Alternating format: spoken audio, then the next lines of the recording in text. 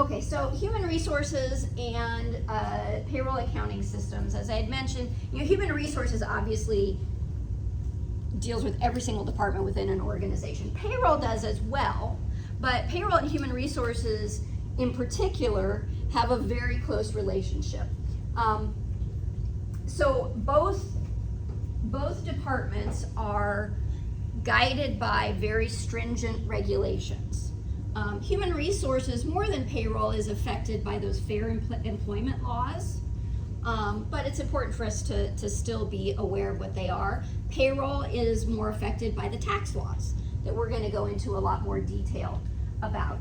The payroll department, in addition to having a close relationship with the human resources department, also has a close relationship with the accounting department. And because they kind of perform one of the accounting functions, and remember I said that payroll is the single largest expense category on income statements for most corporations especially, but for most businesses. So the payroll function is extremely critical to the accounting function. Usually they're all of them would be under the direct control of a chief financial officer. However, payroll could be under a human resources director as well. So it could be that there's this human resources umbrella and payroll is part of it.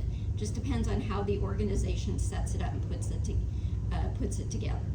Oh, lots of those.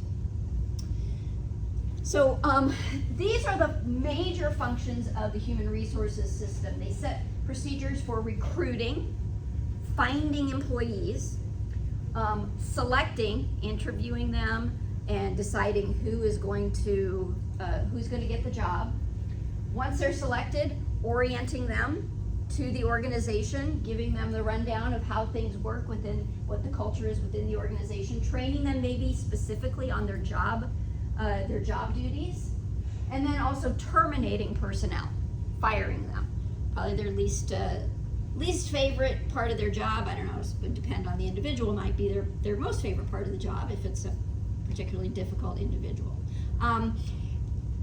The payroll department doesn't really get involved until an employee has been selected, right? That's when the payroll department's not involved with recruiting any employees. But once an employee has been selected, they need to be entered into the payroll system. So that's when the human resources and payroll departments start talking with each other more closely. An employee's been hired, those I-9 forms have been issued, and the W-4 forms will be given to employees that they fill those out at first, which gives the payroll department information about what type of federal and state withholding needs to occur with regard to that new employee. Human resources will also be involved in helping to craft job descriptions. Usually they'll do that in conjunction with the actual department that is seeking an employee. So say we've got the purchasing department that is needing a new individual to work within purchasing. Purchasing knows what they need. They know the job, the credentials that they need for that individual. They'll work with human resources to craft a job description and craft recruiting materials to try and find the right person for that job. So they will requisition personnel. They will requisition for personnel from human resources. Purchasing says, hey, we need a new, new purchasing director. We're gonna have to get, if we need to update that job description, we need to get that out and start recruiting for that position. Let's see. Applications for employment. So these, mostly these are done online these days, right? But the Human Resources Department will put together an application for employment that will provide accurate information in order to recruit appropriate employees. They could be involved in pre-hire inquiries. So I know that, for example, I'll use DMAC again as the example. If you apply for a position, at least a faculty position, you will first fill out the application online, provide your your resume, your transcripts, all of that stuff. Human resources will be the first line, first eyes just to see your application, and they'll decide whether or not you're qualified. So if the position said you have to have a master's degree, and they get applications from individuals who don't have master's degrees, right there, those applications will be removed from the process. They won't even go to the department that is hiring those individuals. So they'll help to kind of filter out with regard to qualifications. So those pre-hire inquiries can be based on qualifications. They cannot be based on gender, national origin, criminal background, unless there is a legitimate occupational reason for those questions. There may be background checks, but there is this Fair Credit Reporting Act that has to be followed when doing so. Cannot give aptitude or psychological testing unless it can be related to job performance. So think about police officers. They're going to be subject to some psychological testing before taking those positions, but other positions that don't require you to carry a firearm and interact closely with the public while you're carrying that firearm would not include such requirements. State laws are, with regard to drug testing, that's going to vary by state. So there are some things that employers can do to help kind of safeguard against lawsuits, because this is the big thing, right? Employers don't want to get sued. They don't want to be in the middle. It's expensive, first of all, but it's also bad publicity to get sued. So there are certain safeguards that can be used in order to prevent any discrimination type lawsuits. Accepting applications only online. This is one of those things, by the way. I also teach accounting professionals. I teach it in the summer, so it's the online version. I always tell my students, do not put your photograph on your resume. There are students that will do that. Don't put your photograph. Don't even put your address. That type of information can be used by employers as kind of like a soft way of discriminating, right? If they have a photograph of you, now they will go out and look on social media anyway. So if you put a lot of stuff out on social media, they're going to find out about you anyway. But there are things that applicants can do to help safeguard, but there are also things that employers can do to help safeguard against discrimination. So accepting applications only online. Have a separate person review the applications and give the interview, or do it by committee, right? Have several people involved with it. Also some applicant screening software that can, anything that kind of takes out those personal biases when evaluating applications. Has anybody ever gotten a job or applied for a job where they've asked you what your prior salary was? Yeah. There are, I don't know what the law is in Iowa specifically about doing that, but why do you think they would ask that? Yeah, Liv. So they can lowball you. Oh, this position pays $20 an hour, but we see that you made $16 an hour at your last job, so you'd be happy with $18 an hour, even though it's supposed to be a $20 an hour job, right? So there are a lot of states that they cannot ask that question. Like I said, I don't know specifically. I should look that up. Or if any of you want to look it up, what the regulations are in Iowa, I'm not sure that there's anything that keeps employers from doing that in Iowa. The ones I filled out just before I started here, Iowa can do it. Yeah.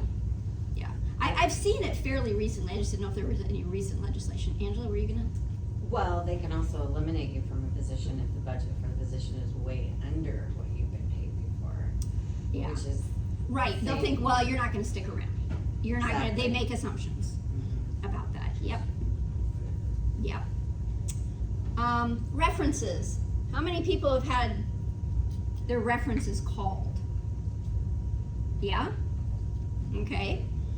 When you are asked for references, whose name do you give them? Somebody who didn't like you? Somebody you didn't get along with? Somebody who thinks you're a terrible employee? No. gonna give them the name, if you're smart, you're gonna give them the names of people who are gonna give you a positive reference. So the value of references is debatable, right? But a lot of, and what employers can actually ask is also, can be limited depending upon the state. Also, employers may just not want to ask some of the questions. You know, to ask another employer were they a good employee could open the door up to lawsuits, right? If that individual gets denied the position because they got a bad reference when it wasn't actually accurate, could create all sorts of issues for the employer. So a lot of employers these days will just ask for when were they hired, when were they terminated, when did their employment terminate, right? What are their dates of employment? Let's see. Okay, just some technical stuff. So hiring notice, this is when a department sends out an alert to the payroll department that, hey, we hired a new employee. So like purchasing, we've hired an employee, we're gonna send out an alert to the payroll department, you're gonna need to enter this new employee into the system. Most employees have like a employee record, their employee file, which would contain performance evaluations, any compensation adjustments, raises, bonuses, that kind of thing, any disciplinary issues, and performance type appraisals. And the employee has to have access to that information by federal law. They have to be able to access all of that information in their employee file. Termination of employees. Now in Iowa, we are a right to work state, which essentially means it's a nice way of saying they can fire you for any reason they want. Now they can't fire you for discriminatory reasons, but if you are downsized or they just don't need your position anymore, they don't have to give you a reason really for terminating you. Some states may require that there be a cause for that termination. Iowa is not one of those states that requires that. Oh, let's see, what else do we want to say about HR? Okay. I think, yeah, then we're going to start. We've got one last slide here, and then I want you guys to look at those questions. Okay, so our record keeping system, could be paper, could be computer based. Most of it's going to be computer based these days. We've all heard of all of the hacks that happen, information getting stolen. I just got an alert yesterday that, hey, your social security number was found on the dark web. I've got like a monitoring service, and it was from some federal agency that had been hacked. So the federal government had exposed, I think it was probably part of that big exposure that happened just recently. So even though the paper system seems like it's less secure, I'm not so sure these days that is actually the case. However, most of our information is stored on computers, which are also hooked to the internet, which means all of that information can be accessed from outside. But whether it's on paper or on the computer, basic information that would be included for each employee personnel file, name, address, all of that kind of stuff. Payroll file, that would include their salary, what benefits they have, what their deductions are, what their W-4 form to indicate their withholding. Medical file, so if they have medical insurance through their employer, and then their I-9 as well, which would have to be kept on file. They are the property of the employer, but employees have the right to view and make a copy of their own files. Okay? So that's it for human resources. We're gonna on Tuesday we'll continue finishing up this chapter talking about the payroll accounting system. But for right now, what I want you to do. Any questions, by the way, before we